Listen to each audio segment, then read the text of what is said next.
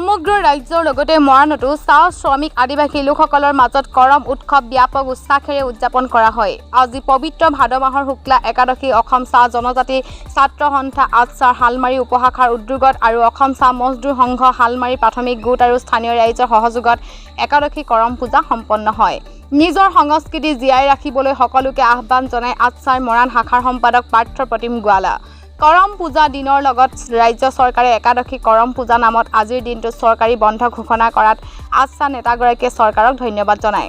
অসম চাহ জনজাতি ছাত্ৰ সন্থা চমুকৈ আটছা হালমাৰী উপশাখাৰ উদ্যোগত আৰু অসম চাহ মজদুৰ সংঘ হালমাৰী প্ৰাথমিক গোট আৰু স্থানীয় ৰাইজৰ সহযোগত আজি দিনজোৰা কাৰ্যসূচীৰে একাদশী কৰম পূজা উদযাপন কৰা হয়। হালমাৰী চাহ বাগিচাৰ ৰাজহুৱা প্ৰেক্ষাগৃহত কৰম পূজা উদযাপন কৰে। কাৰ্যসূচী অনুসৰি পুৱা সমূহীয়া চাফাই অনুষ্ঠানৰ পিছতে পতাকা উত্তোলন কৰে আটছাৰ হালমাৰী উপশাখাৰ সভাপতি প্ৰেম নায়কে। স্মৃতি তৰ্পণ কৰে সম্পাদক ৰোহিত নায়কে।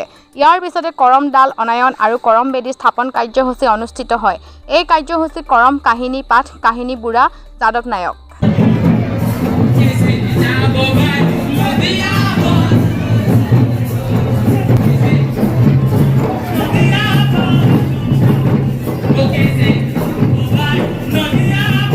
এই কৰম পূজা উদযাপনটো আমাৰ 7 দিনলৈকে আমি তাৰ পূজা আয়োজনটো কৰোঁ।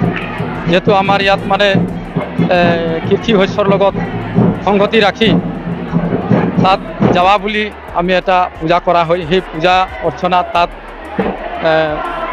চানা ঘেঁহু আৰু গোমধান এনেকুৱা দি কিনে বালিত জাগোৱা হয় আৰু তাত তেনেকুৱা পৰম্পৰাগতভাৱে যিবোৰ গীত মাত আহে তাত সেই গীতবোৰ পৰিৱেশন কৰা হয়।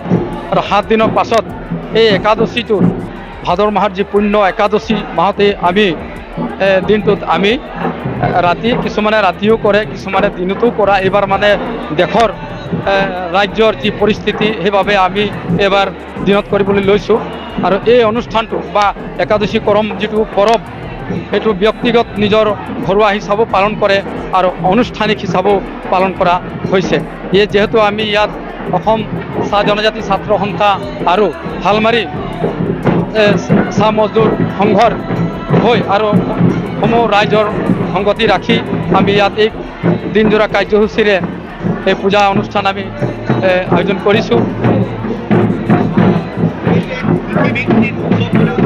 হয় হয় হয় মানে কৃষি উৎসৱ এইটো কৰি কোৱা হয় যে আগন্তুক যিটো খৰালি মাহৰ খেতি সেই খেতিটো কি ধৰণে হ'ব এইটো তাৰ পৰীক্ষা নিৰীক্ষা কৰিবৰ বাবে আমি নৈৰ পৰা বা বালি মাটি অলপ দি কিনে আমি তাত চানা বা গোমধান বা খাৰিফ শস্য যিবোৰ খৰালি শস্য যিবোৰ কৰা হয় সেই তাত আমি সেইটো পৰীক্ষা কৰা হয়। মানে এই তাতে সংগতি ৰাখি আমি জানো যে এই বছৰ খৰালি মাহত খেতিটো ভাল হ'বনে নহয় এই যাৱাটোৰ পৰাই আমি বুজিব পাৰোঁ।